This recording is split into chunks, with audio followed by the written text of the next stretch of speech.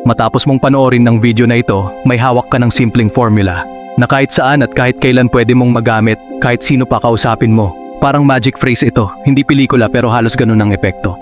Kasi bibigyan ka nito ng kapangyarihan na buksan ng kahit anong usapan sa babae.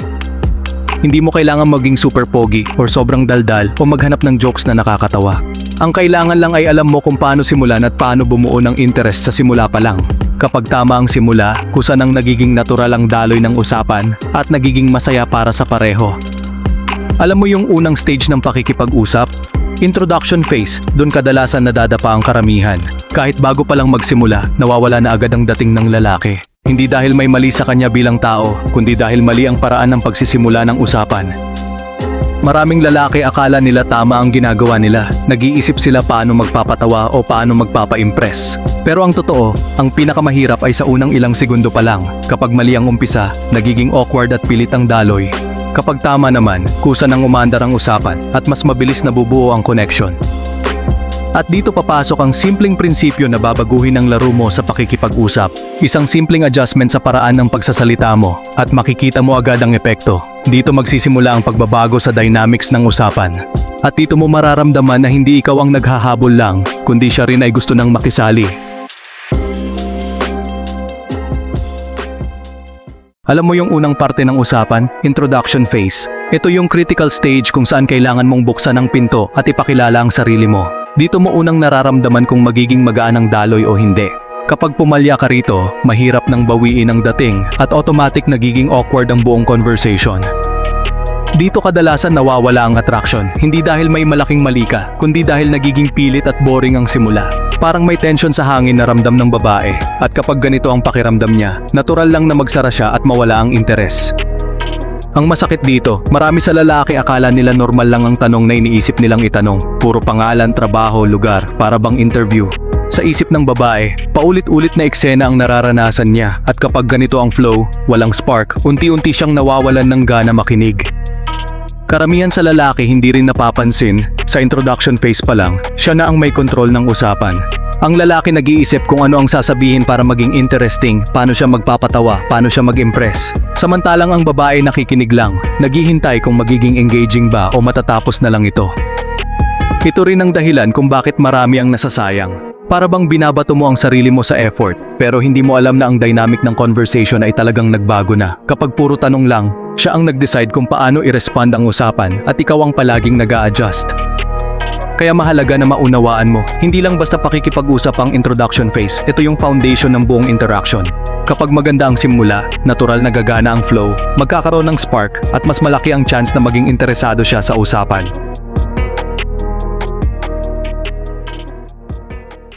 Common mistakes ng mga lalaki. Isa sa pinakakaraniwang pagkakamali ng mga lalaki sa simula ng usapan, ginagawa nila itong parang interview. Sunod-sunod ang tanong, pangalan mo, trabaho mo, taga saan ka? Akala nila tama ang ginagawa nila, pero hindi nila alam na habang tumatagal, mas lalong bumibigat at bumoboring ang daloy ng conversation. Kapag puro tanong lang ang binabato mo, napipilitan lang sumagot ang babae. Wala siyang dahilan para mag-share ng higit pa dahil wala kang binibigay na direksyon o emosyon sa usapan. Ikaw ang naghahabol ng topic, ikaw ang nag-iisip kung paano magiging interesting ang bawat linya mo. Sa ganitong setup, ang babae ang may hawak ng power sa conversation. Siya ang nakikinig lang at nagde-decide kung makikinig ba siya o aalis na. Samantalang ikaw, palaging nag-iisip kung ano ang sasabihin, paano mo siya mapapatawa o paano mo siya mai-impress. At dito nag-uumpisa ang imbalance sa simula pa lang. Maraming lalaki hindi rin nakakaintindi na kahit maliit na bagay lang sa approach nila, malaking epekto sa perception ng babae. Kapag nakikita niya na ang conversation ay puro tanong, unti-unti niyang nawawalan ng gana. Kahit gaano ka kaintento, hindi mo marirealize na siya na ang nagde-decide kung buhay o boring ang usapan. Isa pang mali na nakikita sa introduction phase, ang pagiging predictable. Paulit-ulit na format ng question-answer at wala kang ibinibigay na insight, story, or observation tungkol sa kanya. At kapag paulit-ulit ito, kahit sino, lalaki man o babae, may experience ang pagka-boring at mawawalan ng interes. Dahil dito, maraming lalaki ang nasasayang sa effort nila. Palaging sila ang naghahabol at nag-a-adjust habang siya ang kumokontrol sa energy ng conversation. Sa huli, kahit gusto mo siyang makausap, parang pilit lang at hindi natural. At yun ang dahilan kung bakit kailangan baguhin ang paraan ng pagsimula ng usapan. Sa madaling salita, ang common mistake sa simula ay hindi tungkol sa kung sino ka o paano ka magpapatawa. Ito ay tungkol sa kung paano mo pinapakita ang value mo sa usapan at kung sino ang may control sa energy at direction. Kapag mali ito, automatic nawawala ang spark at interest sa simula pa lang.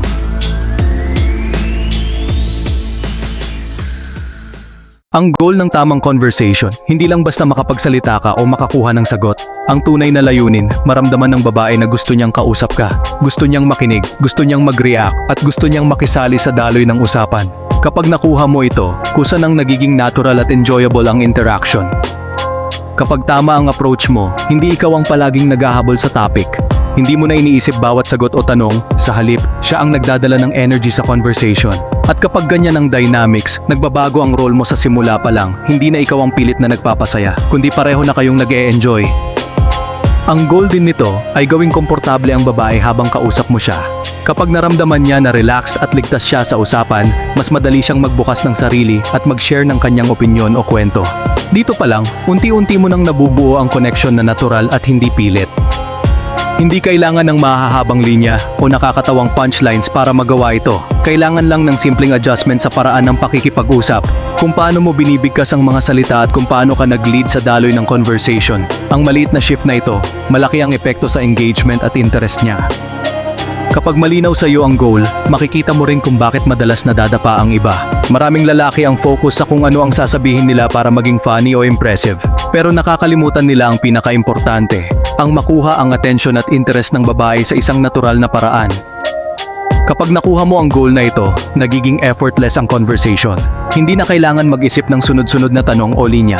Ang focus mo ay simpleng mag-observe, mag-share, at magbigay ng statement na natural na magpapa-engage sa kanya. Sa puntong ito, nagiging balanced at masaya ang daloy. At ang pinakamagandang parte, kapag alam mo ang goal at nagagamit mo ito sa simula, mas madali ring gawin ang susunod na step. Ang magic phrase, statements at emotional connection ay magiging mas epektibo kasi nakaset na ang foundation ng tamang dynamics sa conversation.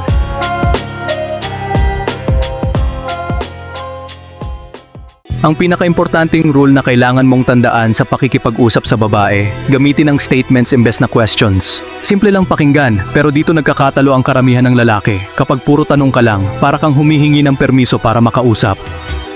Kapag tanong ang gamit mo, automatic na pupunta sa interview mode ang usapan. Puro ikaw ang nagtatanong, siya ang sumasagot, at dun palang ramdam na ang imbalance. Imbes na ikaw ang nagli-lead ng energy, siya ang nagde-decide kung paano dadaloy ang conversation. Kapag statements naman ang gamit mo, ikaw ang nag-set ng direksyon ng usapan. May sinasabi ka, may ibinibigay na insight, at may dahilan siyang makinig at mag-react. Dito mo unang nararamdaman na nag-iiba ang momentum, at ikaw ang may hawak ng energy sa simula pa lang. Isa pang dahilan kung bakit epektibo ang statements, mas natural itong pakinggan kaysa sa sunod-sunod na tanong. Parang ganito ang usapan ng magkaibigan. Walang pressure, walang pilitan, kwento lang, obserbasyon at reaction. At kapag ganyan ang pakiramdam ng usapan, mas madali ang comfort at connection. Kapag nasanay ka na sa statements, hindi ka na nag-iisip kung ano ang susunod na tanong. Sa halip, nagpo-focus ka sa pagbibigay ng obserbasyon, opinion o kwento. At kapag nag-react siya, natural na nagiging two-way street ang conversation. Hindi ka na ang palaging naghahabol ng atensyon. Sa madaling salita, golden rule, statements over questions. Iwasan ang interview style at puro tanong. Magbigay ng direksyon at energy sa conversation at hayaan siyang mag-react. Dito mo unang mararamdaman ang control at makikita mo agad ang engagement. Kapag na-master mo ito, makikita mo rin kung gaano kadali gumawa ng magic phrase at paano mas magiging effective ang cold reads. Lahat ng susunod na technique ay mas epektibo kapag alam mo kung paano simulan at paano mag-lead sa usapan gamit ang statements.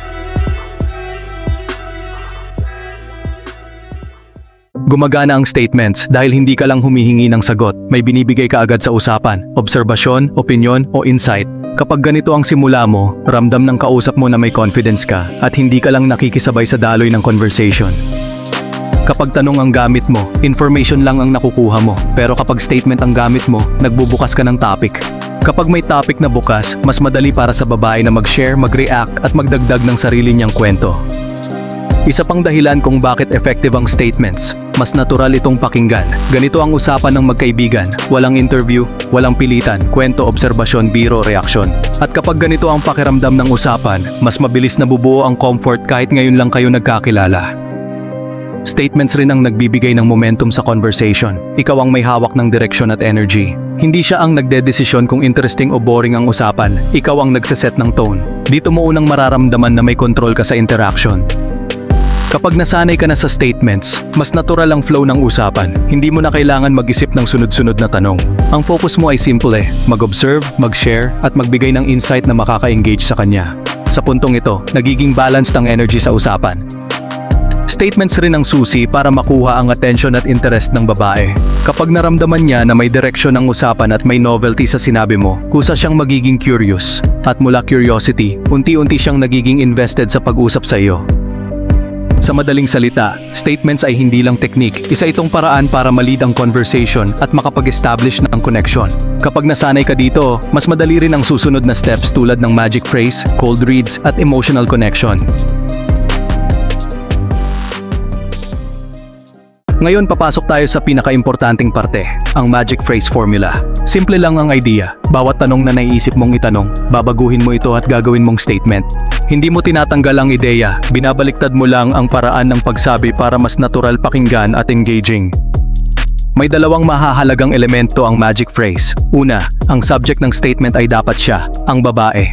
Pangalawa, dapat may assumption ka o cold read tungkol sa kanya. Hindi random ang assumption. Dapat may basehan sa obserbasyon mo at natural pakinggan.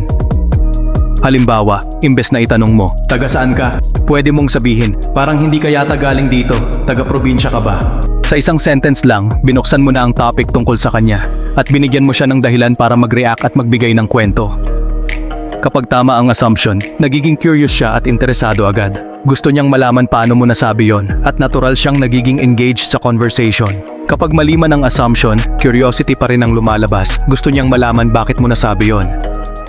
Isa pang halimbawa, imbes na itanong, anong trabaho mo? Pwede mong sabihin, mukha kang taong malikain, siguro nasa design ka o art-related na trabaho. Dito, nagbubukas ka ng topic at nagbibigay ng pagkakataon na mag-explain siya o mag-share ng kwento. Ganyan rin sa iba pang obserbasyon. Halimbawa, imbes na itanong, saan ka lumaki? Pwede mong sabihin, parang hindi ka lumaki rito sa lugar na ito. Ibang environment yata ang pinagdaanan mo. Automatic nagiging interesado siya sa kwento mo at gusto niyang i-explain ang sarili niya. Kapag na-master mo ang magic phrase, hindi ka na palaging naghahabol ng attention. Siya ang nagiging curious sa iyo at sa sinabi mo. Dito nagbabago ang dynamics ng conversation. Hindi ka na ang pilit na nagpapasaya, kundi siya ang nagiging invested sa interaction at gusto makipag-usap sa iyo. Sa madaling salita, ang magic phrase ay combination ng statement tungkol sa kanya plus isang reasonable assumption. Kapag ginawa mo ito ng tama, natural ang engagement, masaya at lively ang conversation, at mas malaki ang chance na gusto niyang makipag-usap sa iyo at mag-open up. Ang dahilan kung bakit epektibo ang magic phrase, nakabase sa psychology ng tao. Alam mo ba, pinakapaboritong topic ng bawat tao ay ang sarili nila, lalo na ang babae. Mahilig silang pag-usapan ng sarili, experiences, at opinion nila. Kapag nakapagsimula ka sa topic na tungkol sa kanya, kusa siyang nagiging interesado. Kapag gumamit ka ng tanong lang, informasyon lang ang nakukuha mo. Halimbawa, tagasan ka? Sagot lang siya. Tapos patay na ang usapan. Pero kapag sinabi mo, parang hindi ka yata galing dito, taga-probinsya ka ba? Nagbukas ka ng story, curiosity at engagement. Dito nag-uumpisa ang connection. Kapag nagsimula ka sa assumption or obserbasyon, nagiging curious siya at naiisip kung paano mo nasabi iyon. Kahit mali ang hula mo, curiosity pa rin ang lumalabas. Automatic, nakaka-create ka ng moment na interesado siya sa iyo at sa usapan. At doon mo unang mararamdaman na nagbabago ang dynamics. Kapag na-master mo ang psychology na ito, mas madali ring gawin ang susunod na steps. Ang magic phrase, cold reads at emotional connection ay mas epektibo kapag alam mo kung paano pumasok sa isip niya at paano maging interesting ka sa simula pa lang. Sa madaling salita, statements plus assumptions plus psychology equals kombinasyon na natural na nag-i-engage sa babae. Hindi ka naghahabol, hindi ka pilit na nagpapasaya. Sa halip, siya ang nagiging curious, engaged at invested sa conversation. Dito nagiging smooth at masaya ang flow.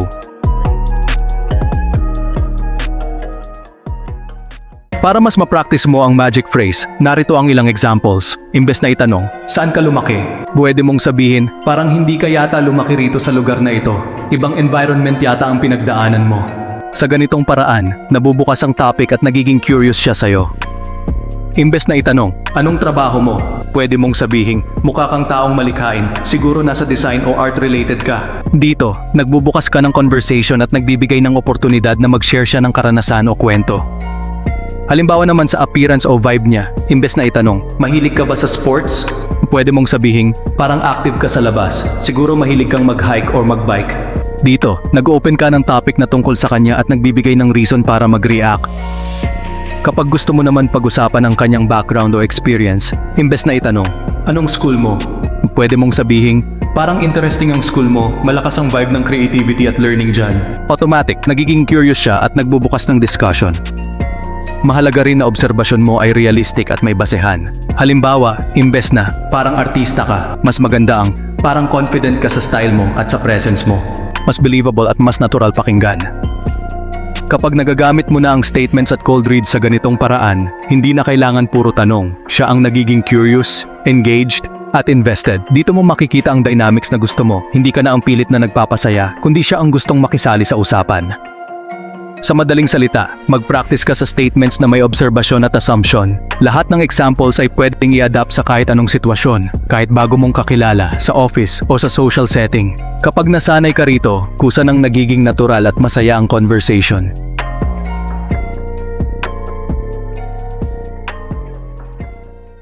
Alam mo kung bakit kadalasan pumapalya ang usapan kapag puro tanong lang? Simple lang, nagiging dead end agad. Magtanong ka, sagot lang siya ng, wow, okay, tapos wala nang nangyayari. Parang nagpa-pause sa conversation, at automatic nawawala ang energy. Kapag ganito, natural lang na maghanap ka ng panibagong tanong para mapanatili ang flow. Tagasan ka? Okay, anong trabaho mo? Paulit-ulit lang, nagiging cycle ng tanong-sagot, at sa dulo, pareho kayong nagsasawa. Ito rin ang dahilan kung bakit maraming lalaki palaging nahihirapan sa simula. Puro questions lang, wala kang ibinibigay na insight o opinion. Ang babae nakikinig lang, at siya ang may control sa momentum. Hindi mo alam na habang nag-iisip ka ng sunod na tanong, unti-unti siyang nawawalan ng interest. Kapag nangyari ito, kahit gaano mo pa subukan maging funny o charming, hindi nagiging engaging ang conversation. Dead end na lang ang dating ng interaction at lagi ka na lang naghahanap ng panibagong tanong para i-save ang usapan. Ito ang tinatawag na classic never-ending boring cycle. Kaya mahalaga na maintindihan mo, ang tanong sa simula lang ay limitado ang epekto. Hindi niya binubuksan ang sarili niya at hindi mo rin na ipapakita ang value mo sa conversation. Statements over questions ang sagot para mas mapanatili ang interest at engagement. Kapag statement ang ginamit mo, hindi na dead end ang usapan, may direction, may momentum, at nagiging curious siya sa iyo. Hindi ka na ang palaging naghahabol ng attention, siya ang nagiging invested sa flow ng conversation, at kusa ng nagiging lively at engaging. Sa madaling salita, ang tanong sa simula lang, lalo na kung puro factual o boring questions, ay nagdadala sa dead end. Statements plus assumptions ang daan para maiwasan ang never-ending boring cycle, at makuha ang attention at curiosity ng babae mula sa simula. Ngayon papasok tayo sa susunod na level, ang emotional connection. Kahit interesado na siya sa'yo sa simula, halimbawa ang interest level niya ay 8/10, may paraan pa para i-level up yon hanggang 10/10. At ang susi, hindi tungkol sa topics lang, kundi sa feelings na nasa likod ng topics na yon. Maraming lalaki akala nila para makuha ang connection, kailangan nilang mag-usap tungkol sa maraming bagay o humanap ng common ground. Pero hindi ganun ang psychology ng emotional connection. Ang tunay na connection ay nakabase sa nararamdaman niya, sa emotions niya habang kausap mo siya. Halimbawa, imbes na tanungin mo lang, anong university mo? Pwede mong tanungin ang tungkol sa experience niya. Paano mo naramdaman yung time mo sa university? Nakaka-apekto ba yun sa pagkatao mo ngayon? Dito, nadadala mo siya sa reflection at feelings, hindi facts lang. Isa pang halimbawa, kung siya ay doctor o nurse, imbes na sabihin, mahaba ba ang working hours mo? Pwede mong sabihin, siguro mabigat ang responsibility mo sa trabaho. Paano mo nararamdaman habang tinutulungan mo ang ibang tao? Automatic, nabubuo ang deeper connection dahil napapasok mo ang emosyon sa usapan. Ang point dito, emotions at feelings ang nagpapa-level up ng interest. Kapag nakaka-connect ka sa kanyang nararamdaman, natural siyang nagbubukas at nagiging curious sa'yo. Dito nagiging authentic ang interaction at hindi lang superficial ang conversation. Kapag nasanay ka sa paggamit ng feelings sa conversation, mas madali ring i-integrate ang magic phrase, statements, at cold reads. Ang interest ay tumataas dahil hindi lang siya nakikinig, nakakaranas siya ng emotional engagement. Sa madaling salita, emotional connection ang susi para ma-level up ang interest niya mula 8/10 hanggang 10/10. Hindi sa dami ng topics o tanong ka nakukuha ito, kundi sa pag-explore ng feelings sa likod ng bawat topic at pagpapakita ng genuine curiosity sa nararamdaman niya. Ngayon pag-usapan natin kung paano mag-build ng tunay na emotional connection. Hindi lang basta small talk o facts. Kailangan mong pumunta sa mas malalim na level. Explore ang feelings, motivations at experiences niya. Dito nagiging interesting at memorable ang conversation. Halimbawa, tungkol sa university, imbes na tanungin lang kung anong course niya, pwede mong itanong, paano ka nagbago o ano ang natutunan mo sa university na yon? Dito nadadala mo siya sa reflection at nararamdaman niya yung journey niya sa school. Kung tungkol sa work, imbes na itanong kung gaano siya ka-busy, pwede mong itanong, ano ang nagmo-motivate sa'yo na magtrabaho ng ganito? Ano ang nagpapasaya o nagpapalakas sa'yo sa trabaho? Automatic, nagbubukas ng personal feelings at values niya. Kung tungkol sa family, imbes na tanungin lang kung ilan ang kapatid niya, pwede mong itanong, paano ka naapektuhan ng family mo o paano ka nila hinubog bilang tao? Dito mo makikita kung paano siya nagbukas at nag-share ng meaningful experiences. Mahalaga rin na ikaw muna ang mag-share. Ipakita ang sarili mo sa pamamagitan ng dreams, mistakes at emotions. Kapag nag-open up ka muna, nagiging safe at natural para sa kanya na gawin din iyon. Dito mo unang naipapakita ang leadership at genuine curiosity. Kapag nasanay ka rito, ikaw ang nagli-lead sa conversation. Hindi mo na kailangan magpilit o magtanong ng sunod-sunod na tanong. Ang focus mo ay explore ang nararamdaman niya at mag-share ka rin ng sarili mong insights at kwento. Sa madaling salita, building emotional connection ay tungkol sa mas malalim na pag-unawa sa feelings, motivations at experiences niya. Share first, lead the conversation, at hayaang mag-react siya naturally. Dito nagiging authentic at engaging ang usapan. Kapag nagawa mo ito ng tama, ang interest niya ay natural na tumataas, hindi lang sa curiosity o fun, kundi sa level ng connection at comfort. Dito mo na makikita ang transition mula casual conversation hanggang meaningful interaction.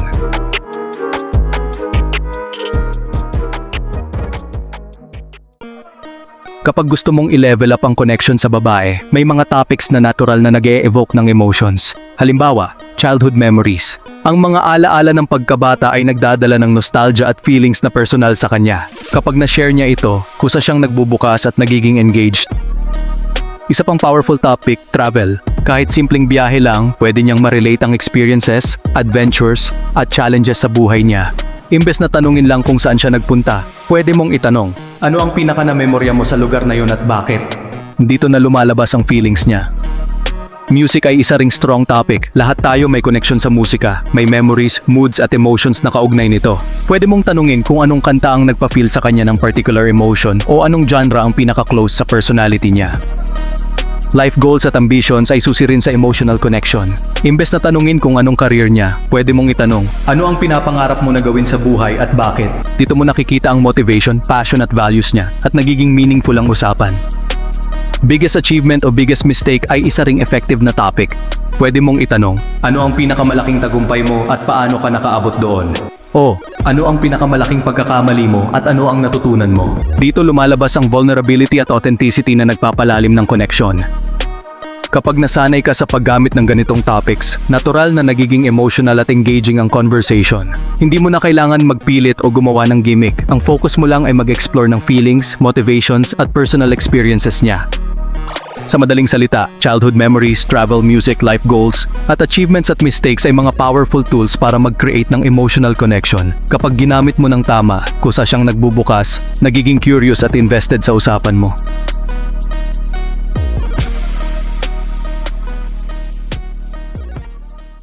Sa kabuuan, ang pinaka-importanting teknik sa pakikipag-usap sa babae ay statements over questions. Huwag puro tanong, nagiging interview ang dating at nagdudulot ng boring cycle. Statements ang nagsiset ng tone, momentum at curiosity sa conversation. Kapag gagawa ka ng statement, tandaan ang 3 rules. Una, dapat tungkol sa kanya. Dito mo binibigay ang attention sa favorite subject niya, ang sarili niya. Pangalawa, dapat may reasonable assumption o cold read. Hindi random, base sa obserbasyon at natural pakinggan. Pangatlo, idagdag ang emotion sa statement. Dito mo pinapalalim ang interest at connection. Kapag naramdaman niya na may emotional layer ang usapan, kusa siyang nagbubukas, nagiging curious at invested sa conversation mo.